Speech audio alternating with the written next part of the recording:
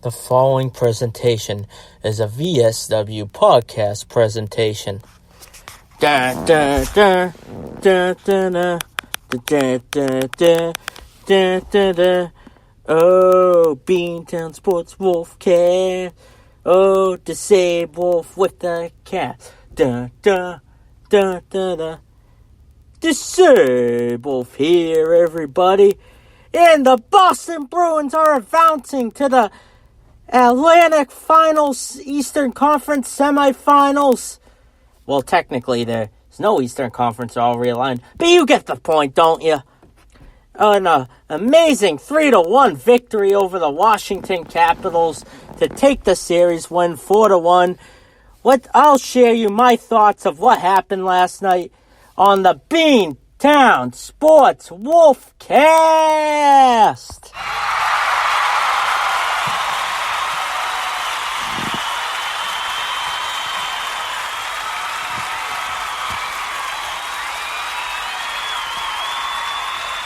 Oh, cut it out, guys. Come on.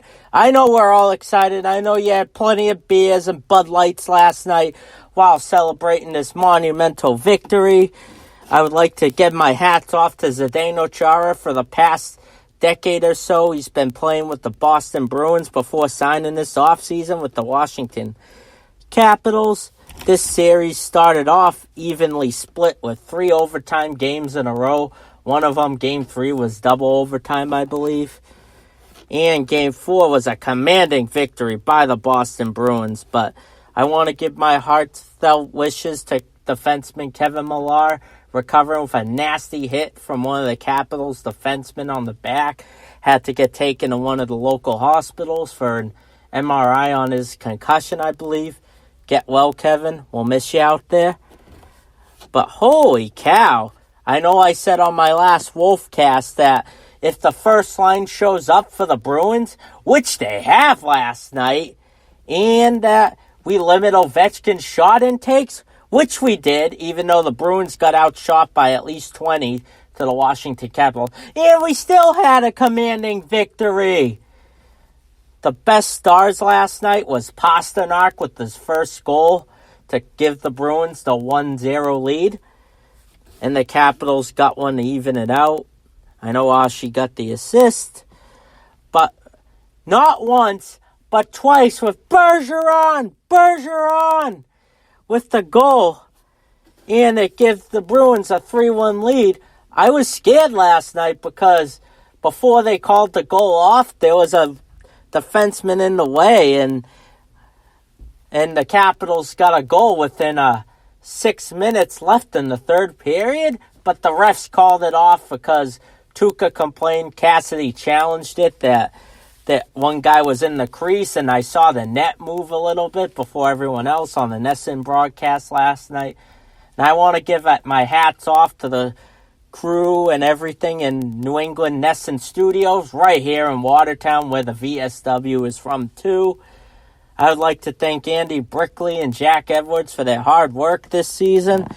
It was a really good impact, and Ovechkin only had 5 shots the whole game, I believe. He only had 2 in the first 2 periods put together. They must have read the VSW debut Wolfcast. They must have listened to it on Spreaker or Apple, because they stole my ideas, which I'm happy of.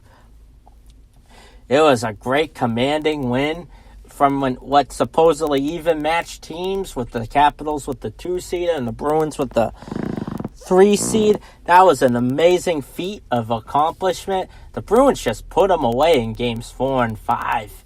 It's like they were a whole different team. They got their heads out of their asses. Like I said, if the first line shows up, no one can beat them. And with the first line scoring all their goals, that's all they need. And even Bruce Cassidy acknowledged it in the post game. But the real question is, where does Zdeno Chara go from here? He started off his career with the Ottawa Senators before their first strike in 2004, 2005, I believe. And then the Bruins became his off-season signing 2 years after that in 2006. And before this year, he's been here ever since. and he has the hardest slap shot anyone's ever seen. And if Chara goes out like this, it's okay because it's to us. I know I feel bad for him. He looked so sad. Marchand had a good game too. He may have not got any goals, but he helped assist and carry Bergeron and Pastrnak to do their dirty work. And my holy shit moment of the game last night was when Bergeron scored it. One of the Capitals linemen was trying to get the puck out to the forward, and then Bergeron used a stick and went woo woo woo woo, and left and right with a hockey turn, and then it was like an interception, and then bam, right in the neck for the second goal of the game. That was an amazing replay. I'll be watching it over and over on the NHL highlights all week long, as I'm going to need to keep myself occupied because the Bruins are the 3 seed. They could be home this weekend. They could be on the road as the number 4 New York Islanders in the Eastern Division and the number 1 Pittsburgh Penguins are tied at 2 games apiece. They're going to be very tough for the Bruins as the Penguins have high-scoring offense led by Sid the Kid Crosby, the greatest player in the 2010s, along with Alexander Ovechkin. But you could have Bergeron there for his leadership abilities. It's amazing. The Bruins got out-hit, outshot, and out-faced off too, and they came away with a commanding victory. But the real hats off was Tuukka Rask. Played amazing last night. Jack Edwards said this perfectly, that he's Boston's favorite punching bag. I love the guy. He's great. I hope he's here for the future. Tuukka does a great job. He gets a lot of crap out of all the players in all 4 Boston sports teams combined. I know so many people that I know want him to go so fast, but if he has a good game like that, they're all silent. It's amazing how it works, ain't it? And Jack Edwards said last night before I leave, he's like, and the Washington Capitals are on summer vacation. I'm going to miss him. Until next year when we have complete normalcy, Jack, enjoy your vacation, and you do a great job putting your enthusiasm into all of Boston. You may be biased, but so am I, buddy. And with the Bruins' victory, they can take a rest, enjoy themselves, get healed, because I know Washington, Pittsburgh, and the Islanders are going to tear each other apart. And you got the Capitals Maple Leaf series tied at 1 apiece. Of course, Toronto has a chance to advance by not playing the Bruins this year. We're always known for facing them in round 1. But I'm glad the Bruins were able. I'm shocked that they won this in 5 games. I thought this was going to be a 6 or 7 game series easily, especially after the first 2 games when it was so low scoring and going into overtime. I would have laughed if you told me the Bruins, not going to lie, that the Bruins would have won it in 5. But anyways, I will be keep your eye out on the VSW for plenty with Versace's wrestling recaps. We're doing a lot of them today and tomorrow.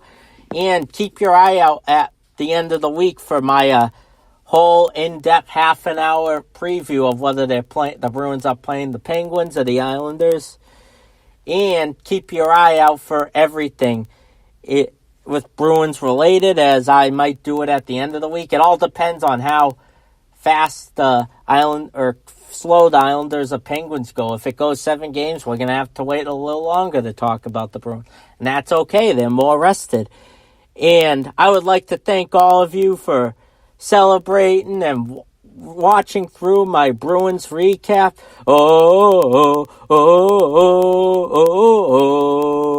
As they advance to the second round. And keep your eye out later in the week for a preview Wolfcast of the second round series, whoever they play. And Disable signing off. We would like to thank you for watching the following VSW podcast presentation.